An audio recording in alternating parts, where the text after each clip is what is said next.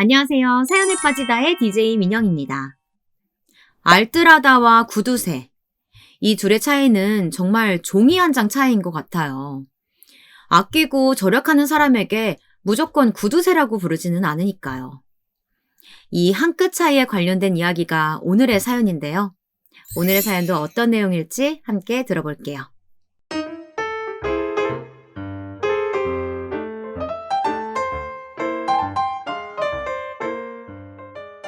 저는 작년에 막내딸까지 시집 보내고 노후를 즐겁게 즐길 고민하는 60대 할머니입니다. 첫 손주가 벌써 유치원을 다니고 있죠. 첫째를 장가 보내는 날 남편과 저는 결혼식을 마치고 집에 와서는 늦둥이 막내를 시집 보내고 나면 고향으로 내려가서 살자고 약속했습니다. 그때쯤이면 아이들 자리도 다 잡았을 거고 무슨 걱정이 있겠느냐고 하면서 말이죠. 그냥 우리 둘이 건강하면 다 된 것 아니겠느냐고 그렇게 웃으면서 약속을 했습니다. 그리고 막내를 시집 보내고 우리 부부는 약속대로 고향으로 내려왔어요. 고향은 정말 많이 달라져 있었죠.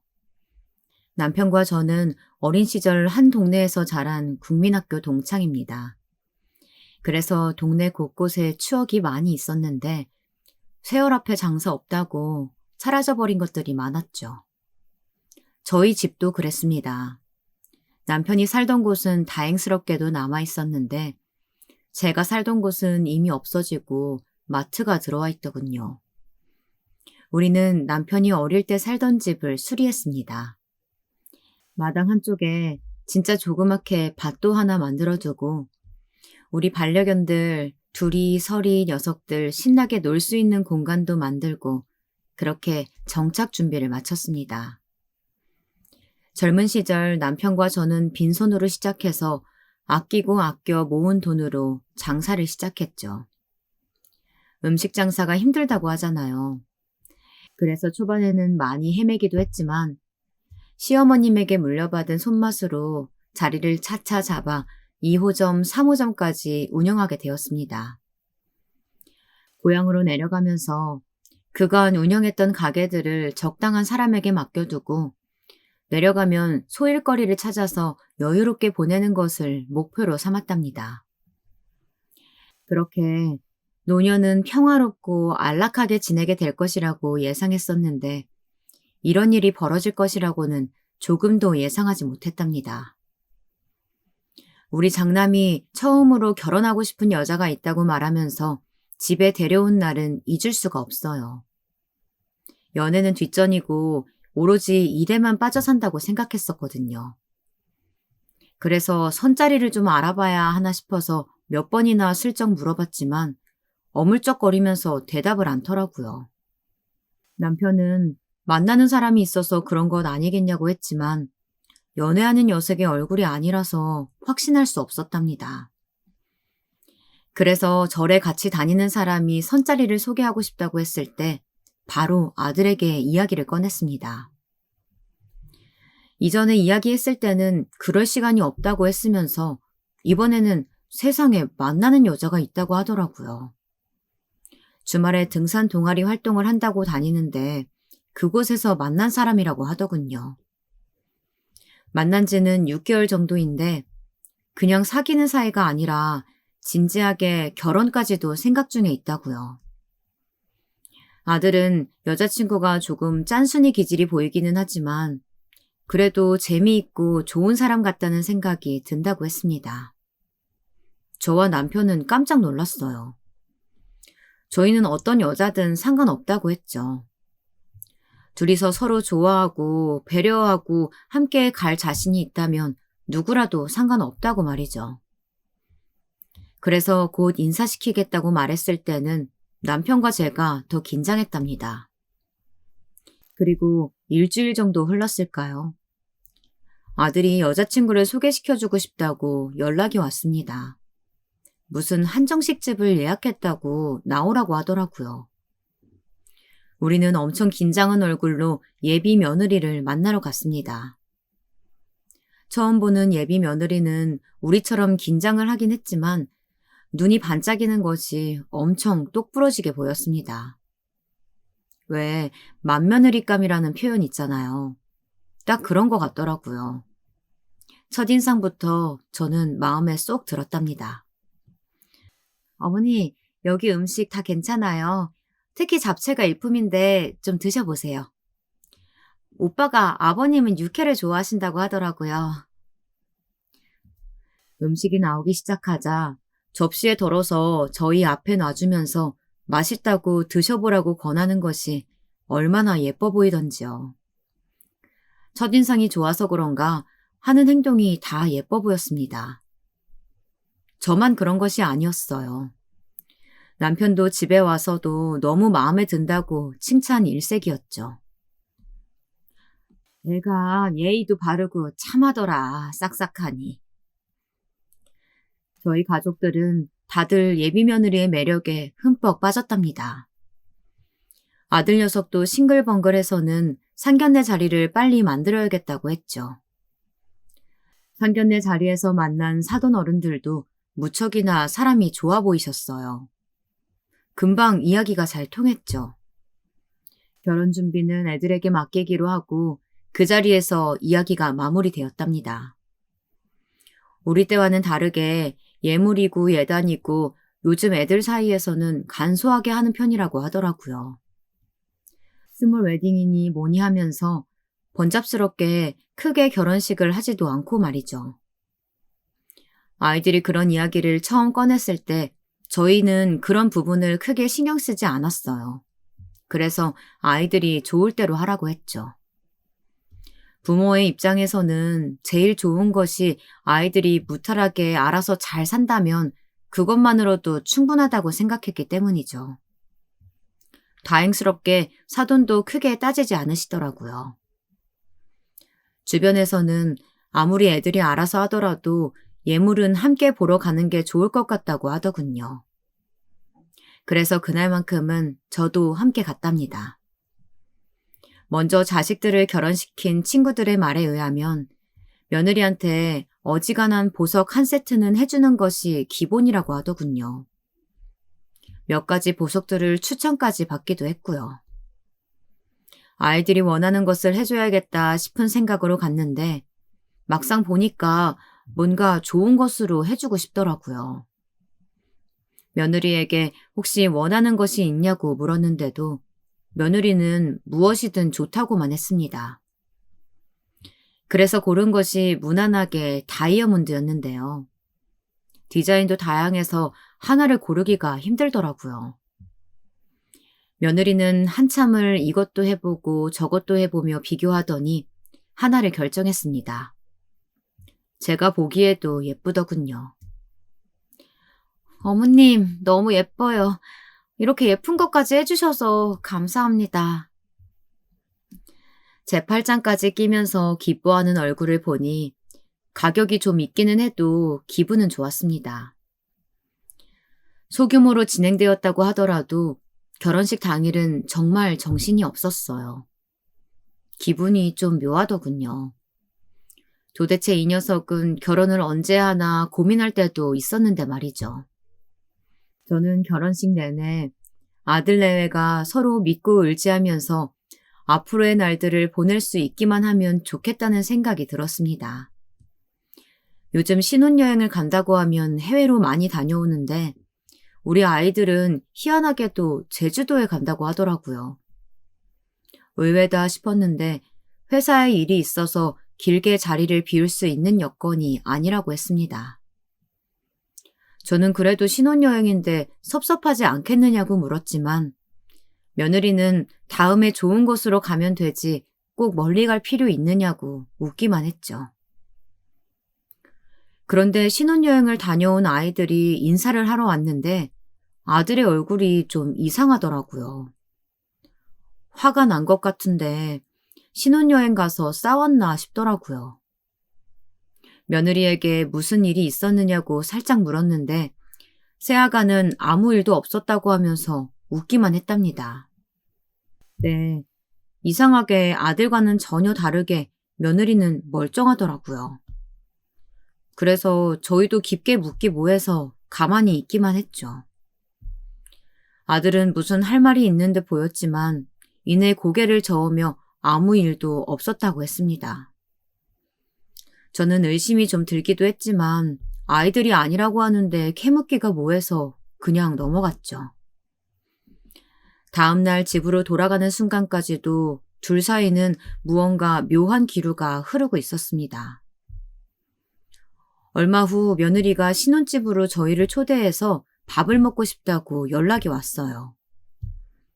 저희는 기쁜 마음으로 찾아갔죠. 집은 깔끔하게 정리되어 있었어요.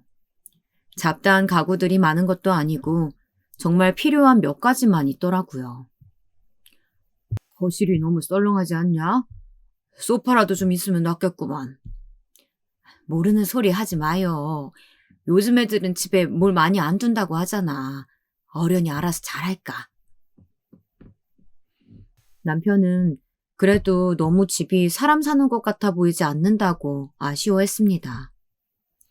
사실 벽에 그 흔한 달력도 시계도 없는 것이 뭔가 딱딱한 느낌을 주는 것도 사실이기는 했습니다. 하지만 며느리 취향이 그런가 보다 했죠. 식탁에는 여러 반찬을 정갈하게 준비했더군요. 이걸 다 만들었냐고 물었더니 아무것도 아니라고 하면서 입맛에 맞을지 모르겠다고 웃더라고요. 남편도 깜짝 놀라며 말했어요. 세상에, 이걸 다 혼자 했단 말이냐? 별거 아니에요, 아버님. 요즘 인터넷에 조금만 쳐보면 다 나온답니다, 만드는 법. 그래서 금방 준비했어요. 저희 부부는 흐뭇한 마음으로 저녁을 즐기고 집으로 돌아왔습니다. 아들 부부에게 큰 걱정은 없겠다 안심한 순간이기도 했고요. 그렇게 첫째에 대한 걱정을 덜어둔 채로 시간이 꽤 많이 흘렀어요. 그 사이에 손주들도 태어났고 둘째 아들도 결혼을 앞두고 있었죠. 둘째는 무슨 방랑벽이 있는지 한 곳에 잘 있지 못했습니다. 그래서 결혼도 포기했는데 같은 일을 하는 사람이라고 데리고 와서 깜짝 놀랐지 뭐예요. 결혼식도 크게 할 생각이 없어서 양가 가족들만 모시고 식사하는 것으로 대체한다는데 요즘 그런 것도 있나 보다 했죠. 예비 둘째 며느리도 포함해서 다 함께 식사 자리를 가진 적이 있었는데요. 그 자리에서 큰 며느리의 새로운 면을 봤답니다. 둘째 결혼식에 첫째가 뭐라도 해주고 싶은데 어떤 것이 좋겠느냐고 묻더라고요. 둘째는 당연히 사양했지만 첫째는 그래도 형인데 하나는 해주고 싶다고 하더군요. 그렇게 사양만 하지 말고 내가 해주고 싶어서 그래. 그럼 세탁기랑 건조기 해줄까? 첫째의 말에 큰며느리가 눈을 크게 뜨며 처대의 옆구리를 푹 찌르더군요. 처대는 모른 척하면서 그 정도는 해줄 여력이 된다고 하면서 큰 소리를 쳤죠. 저는 큰며느리 바로 맞은편에 앉아서 그런지 아가의 얼굴이 굳어가는 것이 너무나도 잘 보였답니다. 결국 아들들은 자기들끼리 투덕거리더니 뭐라고 하나를 정하기는 하더군요. 그리고 그렇게 먼저 둘째 애들이 나가고 첫애가 주방 정리를 하겠다고 나섰습니다. 저는 제가 알아서 한다고 했는데도 끝까지 고집을 부리더라고요. 결국 주방을 내어주고 거실에서 과일을 깎는데 접시를 잊었더라고요. 그래서 다시 주방으로 가는데 아이들 둘의 목소리가 들렸습니다. 저는 정말이지 그런 목소리는 처음 들었어요. 그렇게 사근사근하고 다정하기만 하던 며느리의 목소리에 찬바람이 쌩쌩 불더라고요. 오빠, 지금 제정신이에요? 그게 얼마짜린 줄 알고 해준다고 하는 거예요. 동생 결혼이야. 신혼살림에 그 정도 해주는 것도 무리야? 그리고 녀석이 거절했잖아. 자기들은 차라리 커피 머신 사주면 좋겠다고 하면서. 커피 머신은 무슨 땅 파면 나오는 거예요? 그것도 다 돈이라고. 두 아이들은 아까 결혼 선물을 가지고 다투는 것 같았습니다. 그놈의 돈. 그 소리 좀 그만하면 안 되냐? 무슨 얘기만 하면 돈으로 시작해서 돈으로 끝나. 내가 이런데 너하고 무슨 얘기를 하냐? 그럼 돈 없이 어떻게 살아요? 아이들의 언성이 높아졌습니다. 저는 나서기가 좀 애매하더라고요.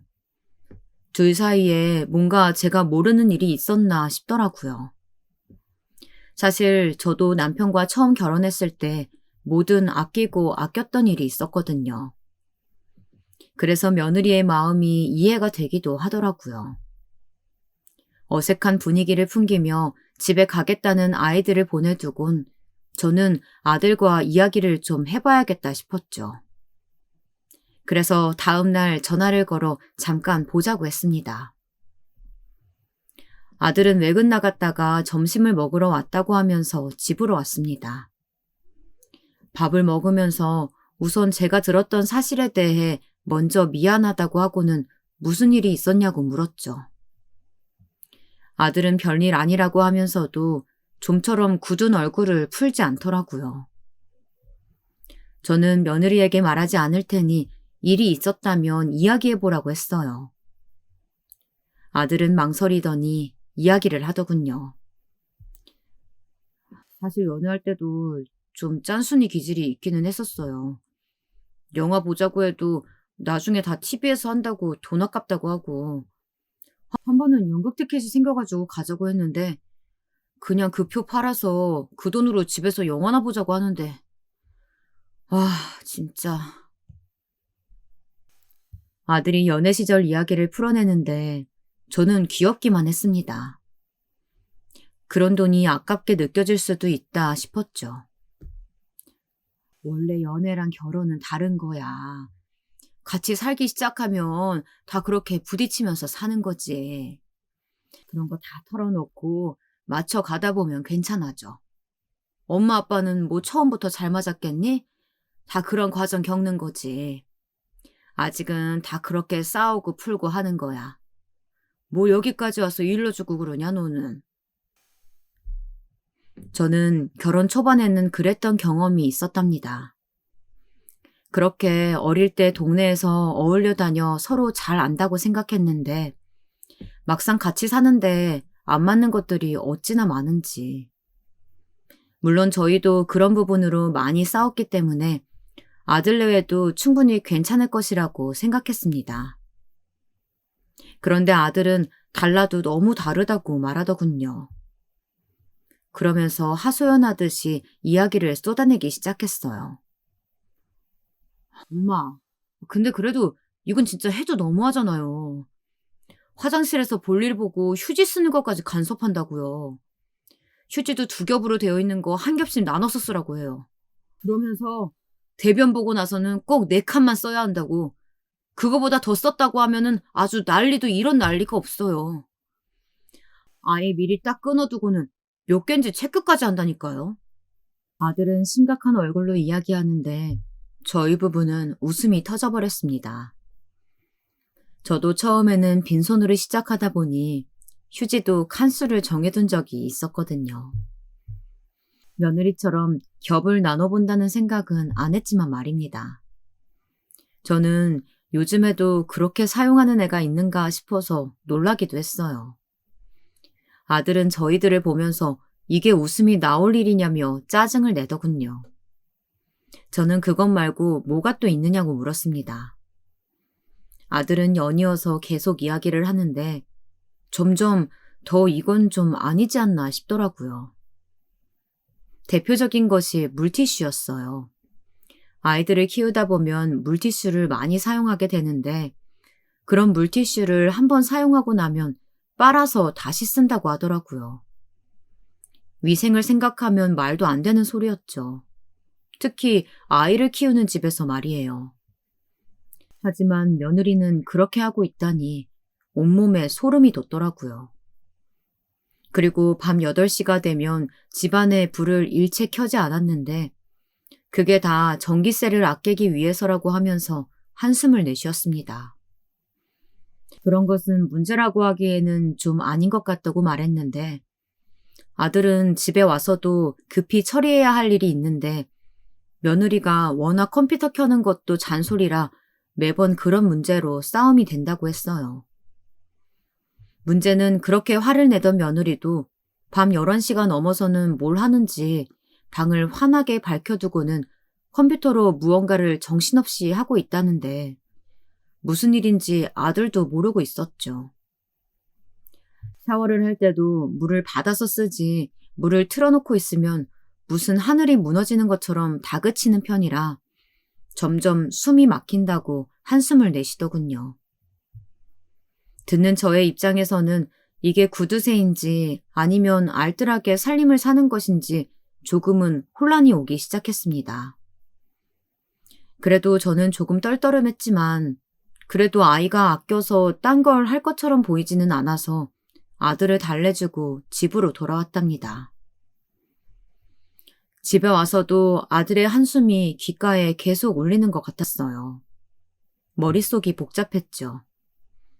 아들이 민감한 것인지 며느리가 도를 넘는 것인지 확신이 들지 않았습니다. 며느리에게 한 소리 하는 것도 영 내키지 않았고요.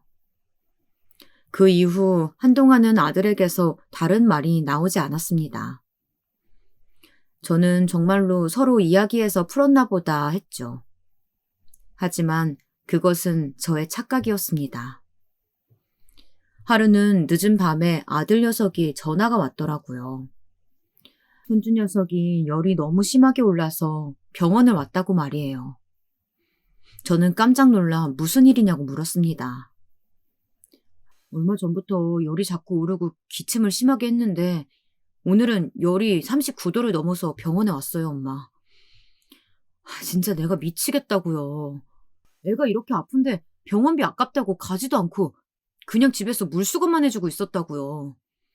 의사는 자칫하면 폐렴이 될 뻔도 했다는데 진짜 이거 말이 되는 거예요? 저는 충격을 받았습니다. 아무리 그래도 자식이 아프다는데 그렇게 하는 어미가 있다는 게 말이 되나 싶었죠. 저는 무슨 오해가 있는 것 아니냐고 했지만 아들은 펄쩍펄쩍 뛰면서 그걸로 그제부터 싸웠다고 하더라고요. 병원을 데리고 가자는 아들과 별거 아닌 걸로 병원비 쓰지 말자고 하는 며느리 사이에 말이에요. 아들은 입원을 좀 해야 한다는데 저더러 와달라고 하더라고요. 아무래도 자기 몰래 퇴원시킬 것 같다고 하면서 말이죠. 저는 기꺼이 서울로 올라갔어요. 아기가 아프다니 걱정이 되기도 하고 설마 그렇게까지 하겠나 싶으면서도 아들이 너무 확고하게 말하니 확인해봐야겠다는 생각이 들었죠. 병원에 도착하니 입원실에 아기가 링거를 꽂고 누워있더라고요. 그 얇은 팔에 바늘이 꽂혀 있는데 너무 마음이 아팠죠. 얼마 뒤 며느리가 들어와서는 저를 보고 놀란 얼굴을 하면서 어떻게 오셨냐고 했어요. 저는 아프다는 소리를 들었다고 하면서 어쩌다가 이렇게 된 거냐고 물었어요. 며느리는 얼버무리면서 별일 아니라고 하더군요. 의사를 보고 왔는데 집에서 쉬면 좋아진다고 해서 퇴원 수속을 밟고 오겠다고 말했습니다. 저는 폐렴기가 있다고 하던데 무슨 퇴원이냐고 정말 의사 선생님을 만났냐고 물었습니다.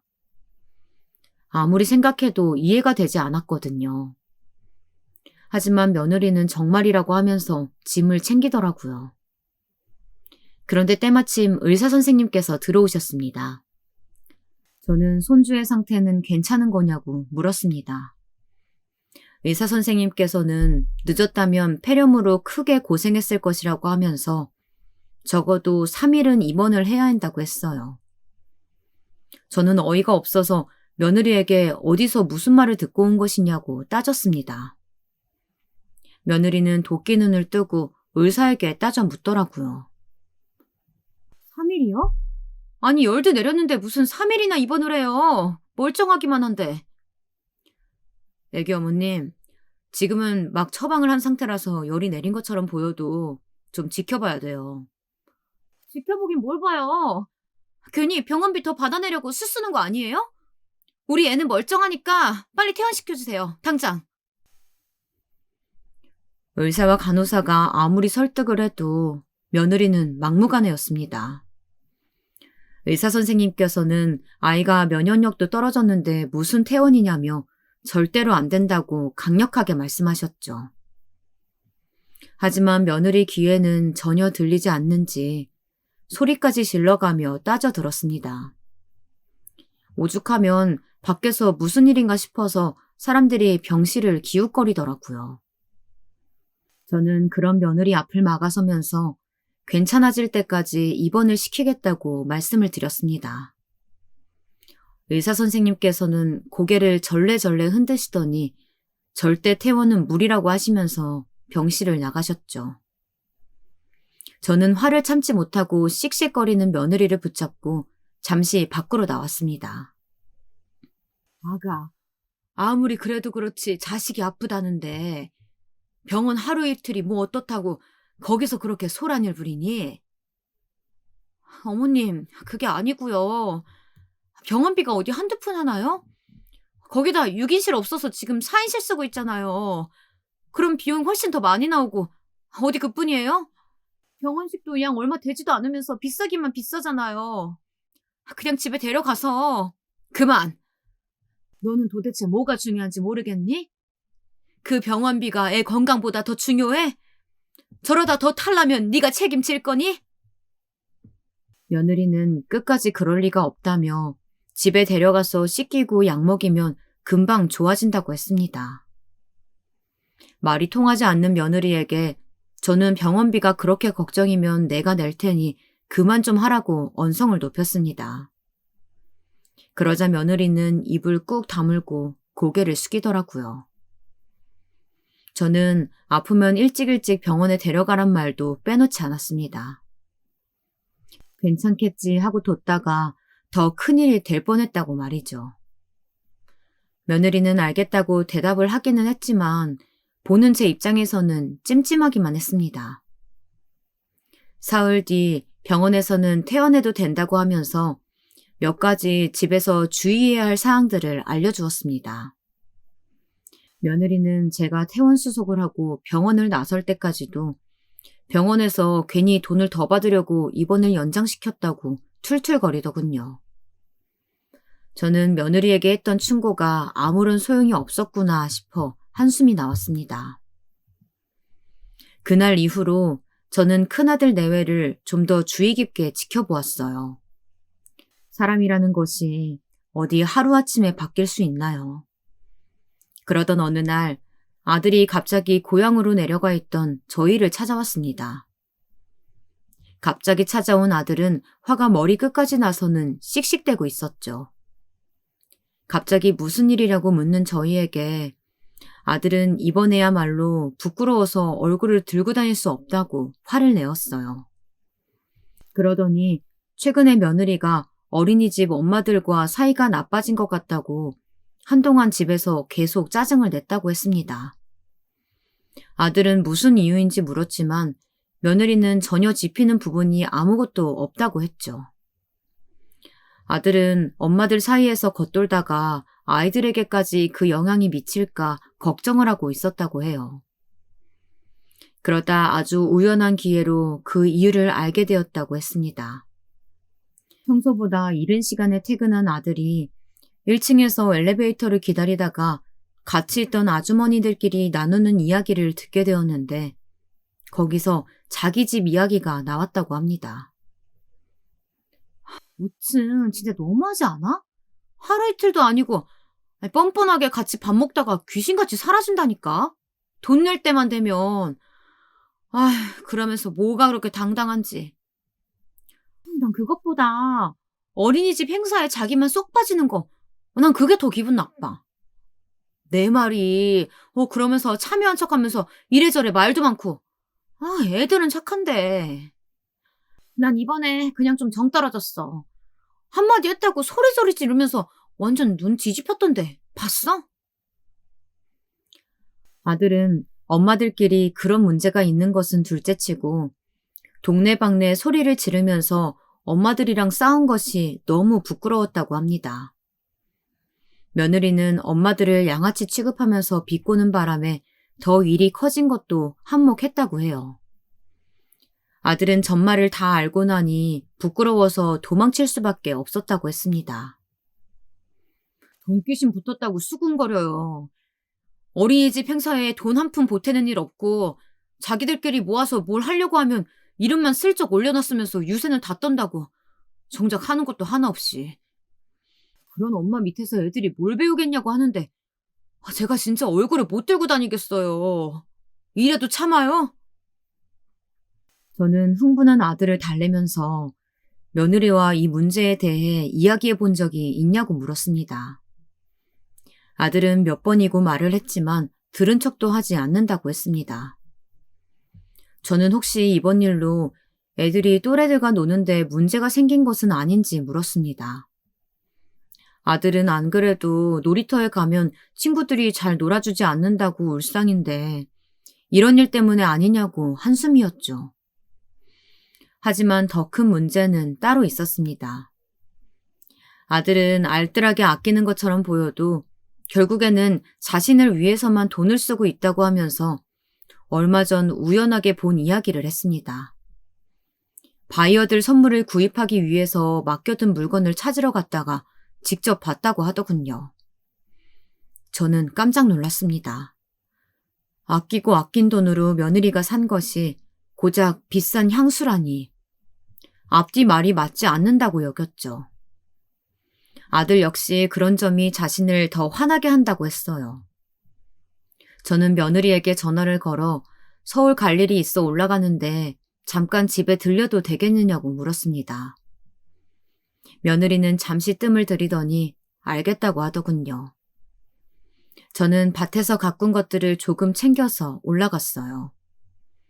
아이들이 둘이나 있는 집임에도 불구하고 여전히 집은 휑했습니다.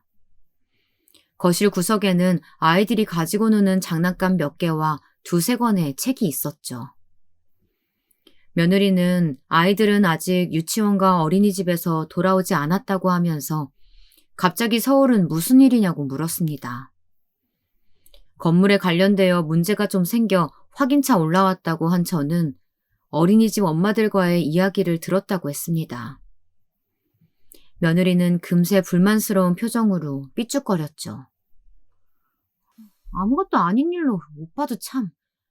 그걸 어머님한테까지 이야기하다니 진짜 걱정도 사서 한다니까요. 그 엄마들이랑은 평생 볼 사이도 아닌데 뭐하러 분위기 맞추겠어요. 모여서 뒷담 하나 까는 못된 아줌마들 손절하면 그만이에요. 너는 말을 해도 어떻게 그게 아무 일도 아니래. 엄마들끼리 어색하면 애들한테도 영향이 갈 텐데 벌써 애들이 겉돌고 있다며. 놀이터에서 친구들이 잘 안 놀아주려고 한다며. 걱정스러운 제 목소리에도 며느리의 반응은 한결같았습니다. 아니, 오히려 당당했어요. 오빠가 그래요? 진짜 별 얘기를 다 하네. 그게 뭐 어때서요? 놀아주는 친구 없으면 집에 있으면 되죠. 빨래거리 안 생기고 좋네요. 요즘 물세, 전기세 안 오르는 게 없는데 세제도 아낄 수 있고요. 너 지금 그걸 말이라고 하니? 애들 생각은 안 해? 아직 친구 좋아하고 놀기 좋아할 나이에 눈치 보고 다닌다는데 너는 아무렇지가 않아? 까짓거 어린이집이야. 바꾸면 그만이죠. 저는 환경을 바꾸는 것이 아이에게 얼마나 부담인지 몰라서 하는 말이냐고 화를 냈지만 며느리는 벌 어려운 것도 아닌데 뭐가 문제냐고 하더라고요. 아이들은 조금 더 생각하지 않는 말투에 저는 사람을 잘못 봐도 한참을 잘못 봤구나 싶었습니다. 그러던 와중에 손주들이 돌아왔어요. 아이들은 저를 보자마자 가방도 벗지 않고 달려와 안겼습니다.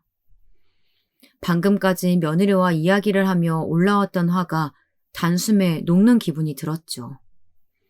저는 우리 강아지들 잘 다녀왔냐며 품에 안았습니다. 그런데 아이들의 옷이 좀 이상했어요.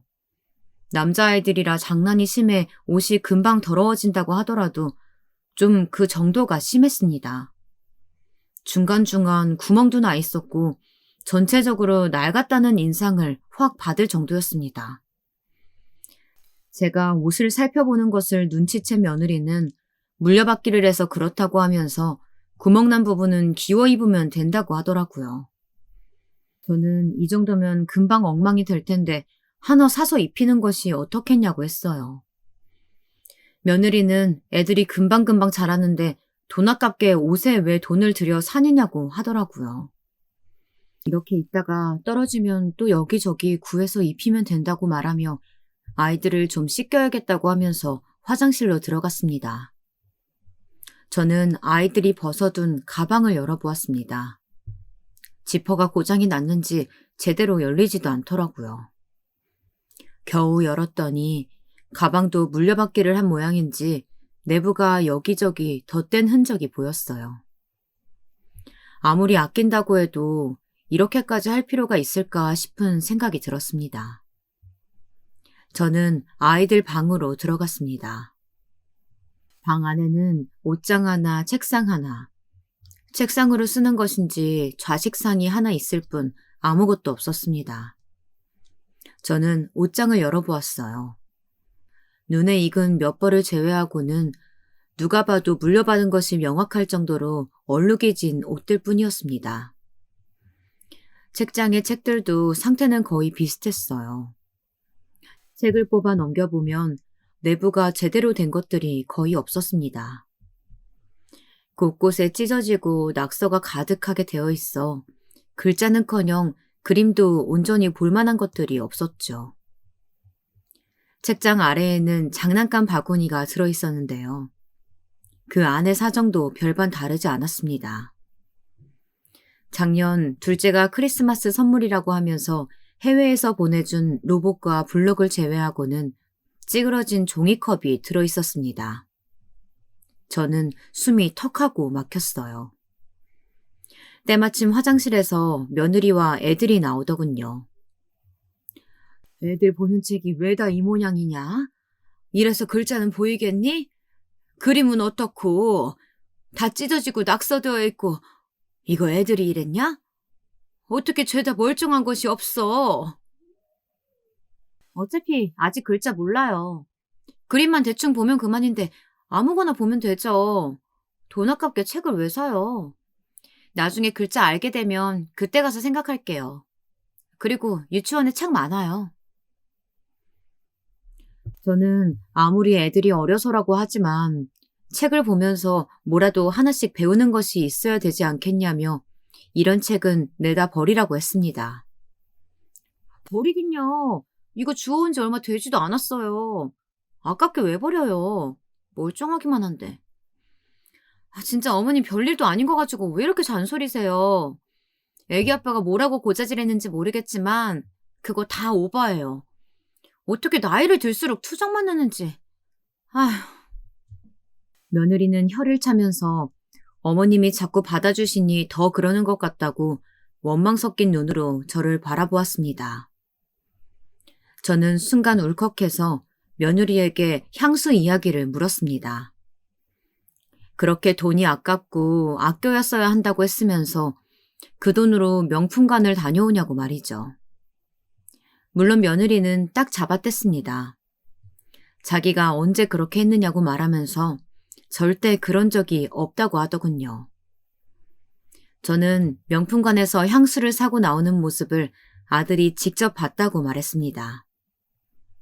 순간 며느리는 놀란 얼굴을 하더니 입을 꾹 다물었어요. 이미 언성이 높아진 저는 며느리를 다그쳤습니다. 그렇게 돈이 아깝다고 하더니 그렇게 모은 돈으로 사치를 부리는 거냐? 애들한테 쓰는 돈이 그렇게 아까우면서 너한테 쓰는 돈은 안 아깝고 그래? 어? 그게 어때서요? 저희 집 살림 제가 뭘 하든 어머님이 무슨 상관이세요? 그렇게 하는 게 잘못된 일은 아니잖아요. 제가 사고 싶어서 샀어요. 그러려고 아꼈고요. 문제 있어요? 며느리는 정말 모르겠다는 얼굴을 하면서 제게 따졌습니다. 저는 자기 자식들에게까지 그렇게 인색하게 굴면서 명품관에 다니는 것이 옳은 일이냐고 물었지만 대답은 한결같았습니다. 무엇이 잘못되었는지 전혀 모르겠다고 말이죠. 한술 더 떠서 왜 제가 자기 집의 일에 간섭을 하는지 기분이 나쁘다고까지 했습니다. 며느리와의 대화는 계속 제자리였습니다. 그렇게 저는 큰 소득도 없이 집으로 내려와야만 했습니다. 저는 이런 제 마음을 막내에게 털어놓았어요. 요즘 사람들은 어떻게 생각하는지 궁금하기도 했거든요. 막내는 진절머리가 난다는 듯이 온몸을 흔들고는 제게 포기해야 할 것이라고 하더군요. 엄마, 내가 말 안 하려고 했는데 언니 좀 심해. 그거 병이야, 병. 이번에 결혼할 때 첫째 언니 진짜 너무하더라고. 내가 뭘 바란 건 아니지만 그래도 5만 원 봉투는 너무하지 않아? 결혼하는데 보태라고 하면서. 저는 처음 듣는 이야기에 깜짝 놀랐습니다. 막내는 시아버님 혼자 계시다고 시댁에 들어가서 살기로 했었거든요. 사돈께서 아무것도 필요 없이 신혼방만 꾸며서 들어오라고 하셔서 정말 신혼살림 하나 없이 침대, 옷장, 화장대 딱 이것만 해서 갔었어요. 그래서 아들 둘이서 여동생 결혼하는데 해줄 게 없다고 하면서 신혼여행이라도 잘 다녀오라고 돈으로 줬다고 들었는데 이게 뭔가 싶었죠. 막내는 신혼여행 비용을 준다고 하더니 그것도 다 둘째 언니가 챙겨줬다고 말하며 첫째는 5만 원이 든 봉투를 준 것이 끝이라고 하더군요. 둘째 언니가 그러던데 신혼여행 들어가는 비용 딱 절반씩 내기로 이야기했는데 날짜가 되도록 소식이 없어서 급한 마음에 언니가 다 한 거래. 근데 나중에 그 이야기를 했더니 깜빡했다고 하면서 이미 지난 거 어떻게 하겠냐고 하면서 입을 싹 닫았다는 거야. 진짜 너무하지 않아? 둘째는 돈이 아까운 것은 아니었지만 첫째의 행동에 마음이 많이 상했다고 하더라고요. 그래서 막내가 신혼여행을 다녀와서 둘째 언니 선물만 챙겨왔는데 그걸로 한 소리 듣기도 했었다고 합니다. 동서와 친하게 지내는 것은 알고 있었지만 너무한 것 아니냐고 따지는데 막내가 어이가 없어서 자기도 솔직하게 신혼여행을 준비해준 것이 고마워서 선물을 샀다고 말했지요. 저대는 그렇게 따지면 자신도 잘 다녀오라고 돈을 들이지 않았냐고 하는데 막내가 거기에서 금액까지 이야기하기엔 너무 쪼잔해 보이는 것 같아 그냥 대꾸도 하지 않았다고 했습니다. 저는 왜 말을 안 했냐고 했더니 막내가 뭐라고 하면서 이야기를 하냐고 그래봤자 시어머니인 제가 나서서 뭘 할 수 있겠느냐고 하더군요. 그 말을 듣고 보니 그렇기도 하구나 싶었어요. 막내는 첫째 언니가 정말 문제가 있다고 하면서 이러다 오빠 못 산다고 하면 어떻게 할 거냐고 한숨을 내쉬었습니다. 저는 설마라고 생각하면서도 충분히 그럴 수 있겠다 싶었죠. 아니나 다를까 아들은 제게 이혼을 하고 싶다고 말했습니다. 심지어 각방을 쓴 지도 오래되었다고 하더라고요. 집에 들어가지 않은 날이 더 많다고 하면서 이대로 가는 것보다는 이혼을 하는 것이 더 낫다고 하더군요. 저는 아들에게 우선은 생각을 좀 해보자고 했습니다. 이전 같았으면 말렸을지도 모르겠어요. 하지만 지금은 전혀 그런 생각이 들지 않더군요. 남편에게도 사정을 이야기하고 아들의 의사를 진지하게 생각해야 할 때가 아닌가 싶다고 말했습니다. 그렇게 저희 집안 공기는 점점 무거워지고 있었습니다. 시간이 흘러 어느새 겨울이 되었죠. 올겨울은 유난히도 난방비가 온 나라를 시끌시끌하게 하더라고요. 고향에 내려온 저희 집도 난방비에 놀라기는 마찬가지였습니다. 막내딸이 인터넷에서 난방비를 아끼는 방법을 찾아 몇 가지 알려주더라고요. 생각보다 유용했어요. 그 와중에 문득 첫째 아들 내외는 괜찮을까 걱정이 되었죠. 돈이란 단어를 입에 달고 사는 며느리가 어떻게 하고 있으려나 걱정이 되었답니다. 또 싸운 것은 아닐까 하면서 말이죠. 그래서 서울 갈 일이 생겼기에 아들 집에 하루 자고 가도 되겠느냐고 물었어요. 며느리는 불편하다는 티를 팍팍 내면서 괜찮다고 하더군요. 저는 모르는 척을 하고는 약속된 날에 서울로 향했죠. 그날은 평소보다 엄청 추운 날이었어요. TV며 라디오며 연일 최저 기온이라고 떠들어대고 있을 정도였죠. 신발을 벗고 안으로 들어갔는데 발바닥이 닿자마자 깜짝 놀랄 정도로 바닥이 차갑더라고요. 보일러를 보니 희망 실내 온도를 19도로 맞춰두고 있었어요. 저는 어이가 없어서 며느리를 바라보며 이게 뭐냐고 물었죠. 외부랑 내부 온도 차이 많이 나면 오히려 건강에 좋지 않다고 하잖아요. 그래도 어머니 오신다고 좀 높였는데 많이 추우세요? 그럼 슬리퍼라도 신으시던가요. 며느리는 슬리퍼를 꺼내주면서 난방비가 너무 올라서 어쩔 수 없다고 하는데 솔직히 아직 어린 아이들이 자라기에는 너무 추운 것이 아닌가 싶었어요. 슬쩍 아이들 방도 가봤는데 그곳은 온도가 더 낮더라고요. 아무리 그래도 애들 방이 이게 뭐니? 어차피 거실에서 하루 종일 있는데 뭐하러요. 잘 때나 방에 들어가죠. 며느리는 별것 아니라는 목소리로 말했어요. 하지만 거실 바닥도 만만치 않았기에 이렇게 추운데 애들이 거실에서 지낼 수 있겠느냐고 물었죠. 아이들은 털조끼까지 입고서는 거실에 앉아 책을 보고 있었습니다. 며느리는 두터운 이불을 깔아서 괜찮다고 했습니다. 저도 그 위에 앉았지만 여전히 냉기가 올라오고 있었죠. 아이들도 추운지 자꾸 꼼지락거리는 게 너무 마음이 아팠어요. 저는 아이들 발을 만져주었습니다. 아이들이 할머니 손이 따뜻해서 너무 좋다고 하더라고요. 저는 속상한 마음에 아이들에게 춥지 않냐고 물었죠. 아이들은 며느리가 있는 주방을 흘겨보면서 솔직하게 대답하면 엄마가 화를 내니까 말할 수 없다고 하더라고요.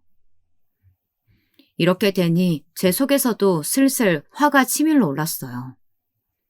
저는 벌떡 일어나 보일러 온도를 높였죠.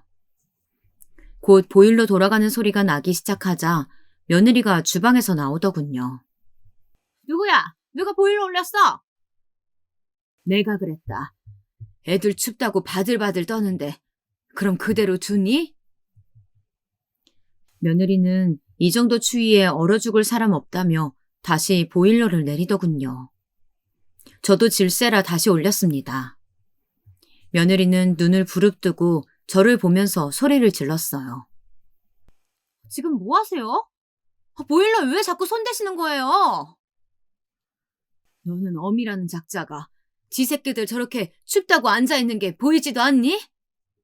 이 정도로는 안 죽어요. 난방비가 얼마나 비싼데 보일러를 막 트세요. 뉴스도 안 보세요? 이러다 감기라도 들면 애들 아프게라도 하면 어떻게 하려고 그래? 너는 애가 어떻게 된 게 돈밖에 모르니? 언제 정신 차릴 거야? 저는 소리를 빽 질렀습니다. 이런 제 모습에 애들이 놀랐는지 할머니를 부르며 울기 시작했어요. 저는 깜짝 놀라 아이들을 품에 안고는 괜찮다고 다독였죠. 며느리는 울음이 터진 아이들은 보지도 않고 이번에는 보일러를 아예 꺼버렸습니다. 진짜 노망 났으면 얌전히 집에나 계시던지. 여기 와서 무슨 행패세요? 노망? 너 지금 노망이라고 했니? 어른한테 그게 할 소리야? 제가 벌떡 일어나 가까이 다가가자 이번에는 며느리가 아예 저를 밀치더라고요. 바닥으로 넘어진 저는 화가 나다 못해 황당하기까지 했습니다. 손주들은 그런 제게 와서 매달리며 더 큰 소리로 울었죠. 며느리는 시끄럽게 하지 말라고 애들에게 소리를 지르더라고요. 아이들은 겁을 먹고는 울음을 참아가며 제 등 뒤에 바짝 붙었습니다. 너 지금 뭐하니? 누구한테 큰 소리야? 어른을 밀치고는 애들한테 소리는 왜 질러?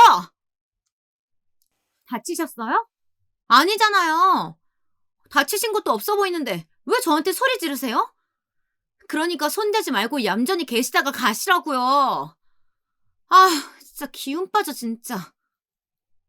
며느리는 아무렇지 않다는 듯이 얼굴색 하나 바뀌지 않고 그렇게 말하고는 안방으로 들어갔습니다. 저는 금방이라도 튀어오를 것 같은 욕을 참으며 손주들에게 이불을 둘러주었죠. 안에서 무슨 소리가 나도 절대 움직이지 말고 가만히 이렇게 있으면 된다고 하면서 말이죠. 아이들은 싸우냐고 물었지만 저는 나쁜 일은 하나도 없을 거라고 말해주었습니다. 그리고 안방으로 들어갔습니다. 각방을 쓴다던 아들의 말대로 안방에서 핸드폰을 하던 며느리가 침대에 기대서 저를 힐끗 보고는 자기 하던 일을 하더군요. 저는 당장 일어나서 짐을 싸라고 말했습니다. 며느리는 무슨 말도 안 되는 소리를 하냐는 눈빛으로 저를 바라보았죠. 됐다. 그냥 네 짐 챙겨서 당장 여기서 나가. 당장! 진짜 노친내가 약 먹어야 되는 거 아니에요? 어머니, 여기가 제 집이에요. 제 집인데 제가 어딜 가요? 어머니 자꾸 이러실 거면 그냥 가세요, 좀. 진짜 사람 성가시게. 네 집?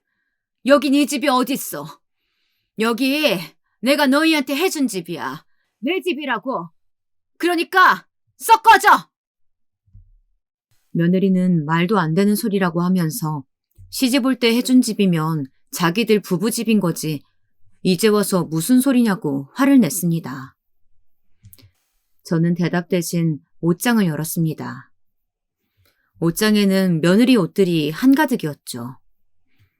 아이들 옷은 그렇게 여기저기 구멍난 곳을 기워 입혔으면서 며느리 옷은 이름만 들어도 다 아는 그런 옷들 뿐이었습니다.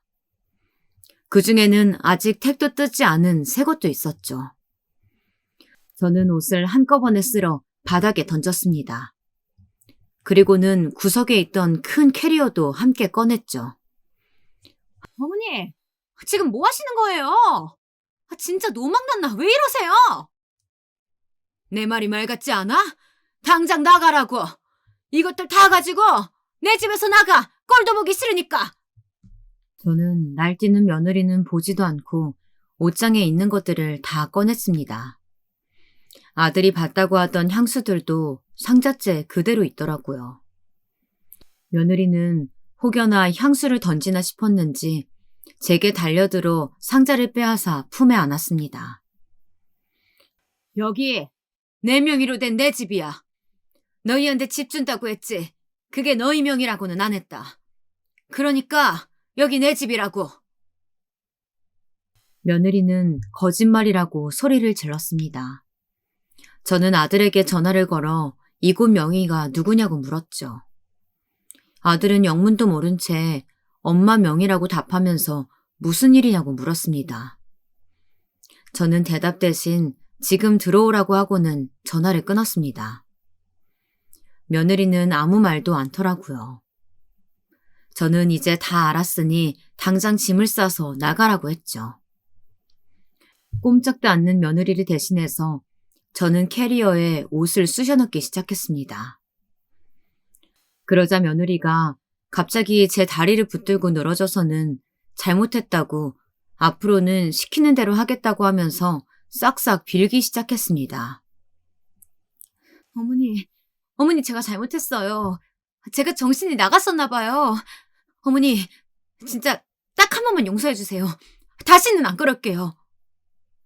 저는 모질게 뿌리치면서 더 큰 소리 나기 전에 당장 나가라고 했어요. 며느리는 죽어도 못 나간다고 버티더군요. 저는 그런 며느리를 뒤로하고 가방을 챙겨 밖으로 나갔습니다. 며느리가 안 된다고 못 나간다고 난리였지만 저는 단호했죠. 곧 아들이 들어왔습니다. 저는 당장 며느리를 끌어내라고 했습니다. 아들은 이게 다 무슨 일이냐고 물었지만 저는 당장 친정에 데려다주고 오라고 했죠. 아들은 눈물범벅이 된 아이들을 보더니 며느리를 끌고 나갔습니다. 그제야 집이 조용해졌어요. 고요해진 집에는 보일러 돌아가는 소리만이 울리고 있었죠. 한참이 지나서야 아들이 돌아왔습니다. 그 사이 저는 칭얼거리던 애들을 따뜻하게 데운 방에 눕혀 재웠어요. 엄마, 이게 다 무슨 소리예요? 이혼이라니요. 저는 낮에 일을 말했습니다. 얼마 전까지 이혼을 생각하고 있던 아들은 막상 제 입에서 그런 말이 나오자 망설이는 것이 보였어요. 엄마 없는 아이들을 만들 자신이 없다는 것이었죠. 저는 아이들을 아예 제가 데리고 내려가도 되고 그게 불편하면 남편과 의논해서 다시 서울로 옮겨오겠다고 했어요. 저는 엄마로서 자격이 없는 며느리를 더 이상은 보고 싶지 않다고 했죠. 아들은 잠깐 시간을 달라고 했습니다. 저는 따로 며느리를 만날 생각은 하지 말라고 하면서 혹시라도 찾아오거든 제가 만나겠다고 했어요. 하지만 아들은 자신이 해결할 수 있다고 했죠. 저는 다음 날 손주들을 데리고 집으로 돌아왔습니다. 남편은 갑자기 나타난 손주들의 모습에 놀라면서도 제 이야기에 화를 참지 못했어요. 다 필요 없으니 그냥 여기서 키우자고 하더군요. 저는 아들에게 시간을 좀 주고 기다려보자고 했습니다. 그리고 일주일이 흘렀어요. 아들은 좀처럼 소식이 없더라고요. 여기 오자마자 제일 먼저 한 일은 손주들을 데리고 가서 장난감과 책을 사주는 것이었죠. 옷도 새로 사입혔고요. 그날 아이들의 방을 본 것이 아직도 잊혀지지 않습니다. 손주들은 엄마가 보고 싶단 소리를 한 번 하지 않고 매일 신나게 놀았어요. 갑자기 데려온 것이라 혹시나 엄마를 찾으면서 우는 것 아닐까, 그럴 때는 어떻게 해야 하나 걱정이었거든요. 슬쩍 엄마 이야기를 물어도 엄마는 화만 내서 무섭다고 하는데 가슴이 찢어질 것 같았습니다. 아들에게 정리 중에 있다는 짤막한 문자를 받고 모든 것이 정리되면 어떻게 해야 할지 진지하게 이야기를 해봐야겠다 싶었어요. 그러던 중이었습니다. 갑자기 며느리가 찾아왔어요. 어머니, 진짜 제가 잘못했어요. 다시는 안 그럴 테니까 딱 한 번만 용서해 주세요. 진짜 잘못했어요. 며느리는 마당에서부터 싹싹 빌면서 용서를 해달라고 했어요. 저는 급하게 아이들을 안으로 들여보냈죠. 아이들 소리가 들리자 며느리는 더 크게 소리를 지르면서 용서해달라고 빌더라고요. 저는 지금 이러는 것이 잘못을 비는 것인지 아이들을 가지고 제게 위협을 하는 것인지 구분이 되질 않았습니다. 제 귀에는 마치 아이들 들으라고 외치는 것 같았거든요. 진짜 네가 잘못했다고 생각하니? 그럼요. 잘못했어요. 무조건 다 제가 잘못했어요. 며느리는 잘못했다고 하면서도 자신의 잘못에 대해서는 한마디도 하지 않았어요. 저는 다 필요 없으니 하루라도 빨리 이혼 서류 제출하고 양육권이든 친권이든 모든 것을 바라지 말라고 했죠. 제가 고집스럽게 나가자 며느리도 돌변해서 동네가 떠나가라 외치더라고요. 돈 좀 있다고 이렇게 업신여겨도 되는 거예요? 잘못했다고도 하는데 기어코 자식을 이혼시키고 그럼 당신 자식은 멀쩡하게 살 수 있을 것 같아? 내가 없는데? 당신 아들 나 아니면 아무것도 아니야, 알아? 남편은 지금 며느리가 무슨 말을 하는 거냐면서 금방이라도 뛰쳐나가 머리채를 잡을 기세였죠. 저는 며느리에게 세상 사람들 다 들으라는 식으로 그렇게 해도 변하는 것은 아무것도 없을 것이라고 단호하게 말했어요. 동네 사람들에게 욕을 먹더라도 절대 너희 부부는 이혼시키겠다고 못을 박았답니다. 자꾸 소란을 피우면 경찰을 부르겠다고까지 했죠. 며느리는 사람들 보이는 낌새가 보이자 더 난리를 치며 마당에 드러누웠어요. 저는 눈 하나 깜짝하지 않았습니다. 그렇게 1시간이 흘렀을까요? 더 이상은 안 되겠는지 며느리는 마당에 있는 장독대를 돌로 찍어대더니 그 길로 도망치듯 나가버렸습니다. 저는 깨진 장독대를 보면서 며느리를 다시 만나지 않기를 바랬죠. 그날 오후 저는 며느리가 찾아온 일을 아들에게 전했어요. 아들은 깜짝 놀라면서 그렇게까지 할 것이라고는 상상하지 못했다고 하더라고요. 아들은 며느리와 이야기하면서 가정을 유지하는 방향으로 생각하고 있더라고요. 며느리가 어떻게 했는지 아들은 충분히 변할 수 있다고 믿었더라고요. 거기다 사돈 어른들도 나서셔서 2번 다시 이런 일은 만들지 않겠다고 하시니 생각이 흔들리는 것도 당연했죠. 그럼에도 아들이 확답을 하지는 않자 찾아온 것이었습니다. 아들은 자신이 어리석었음을 자책했어요.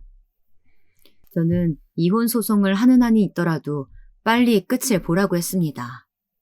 특히 양육권과 친권은 아무것도 주지 말라고 말이죠. 얼마의 시간이 흐르고 아들은 합의 이혼이 되지 않아 이혼 조정에 들어간다고 하더라고요. 여전히 며느리 쪽에서는 이혼할 수 없다고 하면서 이혼을 하고 싶거든 자기들이 살고 있던 집을 자기 명의로 해달라고 주장하고 있다고 했습니다. 역시 돈이 목적이었구나 하고 생각했어요. 하지만 제가 놀랐던 것은 따로 있었답니다. 바로 아이들에 대한 양육권도 친권도 어느 쪽도 갖고 싶지 않아 했다는 점이었습니다. 아들의 말에 의하면 가장 먼저 사인을 한 것이 바로 양육권과 친권을 포기하겠다는 서류였다고 해요. 역시나 엄마가 될 인간은 아니다 싶었죠. 그렇게 자기만 아는데 무슨 엄마라고. 솔직히 며느리가 집 이야기를 했을 때 고민을 안 한 것은 아니었습니다. 제가 그 집을 준다고 해도 상관은 없었거든요. 그래도 며느리에게는 아무것도 주고 싶지 않았어요. 그로 인해서 합의가 되지 않아 아직도 주정 중에 있답니다. 곧 판결이 난다고는 하는데 부디 좋은 결과가 있길 바랄 뿐이에요. 그리고 무엇보다도 앞으로는 2번 다시 우리 아들과 손자들의 인생에 나타나지 않았으면 좋겠습니다. 이번 일로 사람을 잘못 들이면 어떻게 되는지 아주 제대로 알게 되었답니다.